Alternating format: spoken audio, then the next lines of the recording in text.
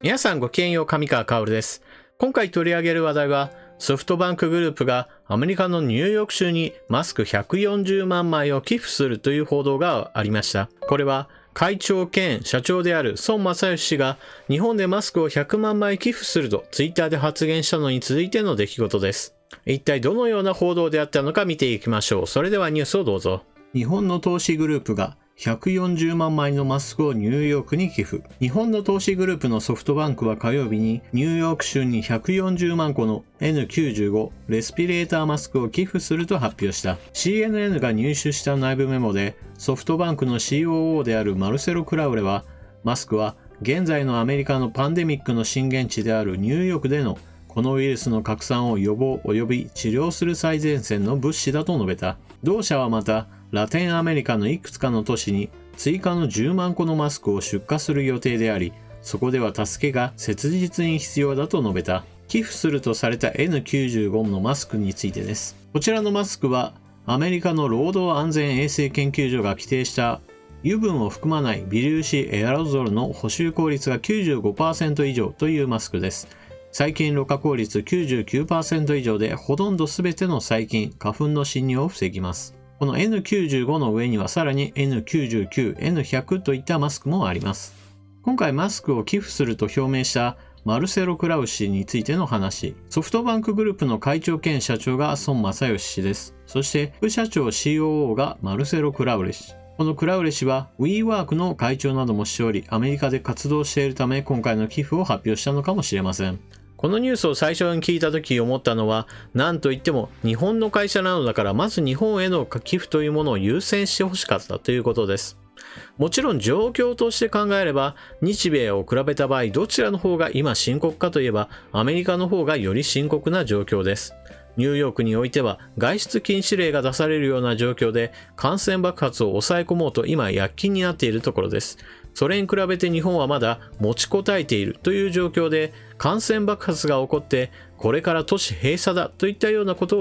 を行っている段階ではありません。もちろん今後どうなるかというのはわからないのですから、より深刻な現在進行形の場所に対してマスクを寄付することは良いことだというふうに考えることもできます。ただあくまでも日本は持ちこたえているだけであり、この後状況が悪くなることは十分可能性があります。また日本におけるマスク不足というものもまだまだ解消はされておらず、マスク140万枚というものが寄付されれば、それは医療機関にとってももしくは受け取る施設や人々にとっても十分な助けになるでしょう。そういった意味においてソフトバンクがまず日本ではなくアメリカのニューヨーク州にマスクを寄付すると発表したことは私は非常に納得できないものがあります。ただマスクを寄付される側のアメリカの人たちの反応としてはこの報道を歓迎しています。報道したのは CNN でネットニュースと Twitter などでこの記事が流れていました。Twitter には返信をつけることができるので、その中においてアメリカの人たちがサンキュージャパンであるとかサンキューソフトバンク、グレートニュースといったように様々喜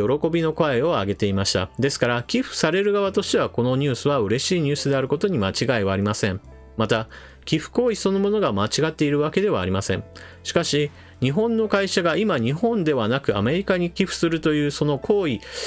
そのタイミングといったものも非常に私は良くないことだと思います。こういった話をすると、孫正義氏がマスク100万枚を寄付するとツイッターで発言していたじゃないかと思われる方もおられるでしょう。しかし、孫正義氏は確かにマスク100万枚を寄付するとは言いましたが、この寄付行為というのは会社としてではなく、個人としての行動だと言われています。そして、この寄付というものを実際に行ったのかどうか、現在のところその確認が取れたニュースはありません。ですから孫正義氏がマスク100万枚を寄付しますよとは言いましたが、一体それがいつ行うのかというのは明言はしていませんし、実際にニュースとして寄付が行われたというニュースも流れていません。そして非常に重要なところは、一体そのマスクはどこから調達するのかという謎は未だに残っています。今回のソフトバンクグループにしても一体どこからマスクを調達するのかというのは全くわかりません。もしも日本で140万枚のマスクを調達してそれをアメリカに寄付するという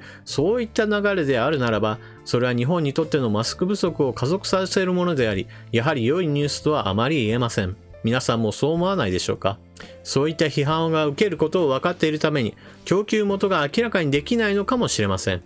また、もしかしたら全く別の理由で供給元を明らかにできないのかもしれません。それは日本国内における供給ではなく、もしかしたら中国からの供給を受ける可能性があるからです。孫正義氏といえば、アリババの創業者であるジャック・マー氏との親交があることで知られています。ジャック・マー氏は今、世界中を駆け回ってマスクの寄付して回っている人物です。彼の寄付するマスクというのは、日本に100万枚、韓国に100万枚、イタリアやヨーロッパに対するマスクというものを200万枚といった具合にして、非常に膨大な数のマスクを用意しています。単価が安い商品であるためにお金自体はかからないのですが、問題なのはその供給を一体どこから受けているかです。ジャック・マー氏は中国で財を成したことからもわかるように、中国共産党と非常に密接なつながりのある人物であることは明らかです。ですから、今回ソフトバンクグループが100万枚、140万枚のマスクをどこからか調達する。そしてその供給元を明らかにできないのは、そうした中国とのつながりのある人物を経由しているのではないかというふうなことも少し考えられるのではないでしょうか。また、今回 CNN からインタビューを受けたマルセル・クラウレ氏は、ソフトバンクグループが多大な支援を行っている WeWork の会長でもあります。現在ソフトバンクグループは様々な企業に対する投資を行っているのですが、その中においてもWeWork というものは一番の失敗例として考えられている企業です。以前はこの WeWork が上場すれば、それは大きな富をソフトバンクグループにもたらすと考えられていましたが、今は新規上場が一体いつになるのかわからないような状況です。そのことはソフトバンクグループ自体の経営にも非常に大きな悪影響を与えており、こうした寄付行為を行うことによって少しでも評判を覆そうとしているのかもしれません。先ほども述べたように、マスクは単価としては非常に安い商品です。これを膨大な量寄付するということが費用対効果として非常に良い効果をもたらすというふうに考えているのかもしれません。皆さんはこのニュースを聞いてどのようなことをお考えでしょうか。ぜひともコメントしていってください。それでは動画を最後までご視聴いただきありがとうございました。チャンネル登録していない方はぜひともチャンネル登録を、そして動画の評価もよろしくお願いします。それでは次の動画でまたお目にかかりましょう。またね。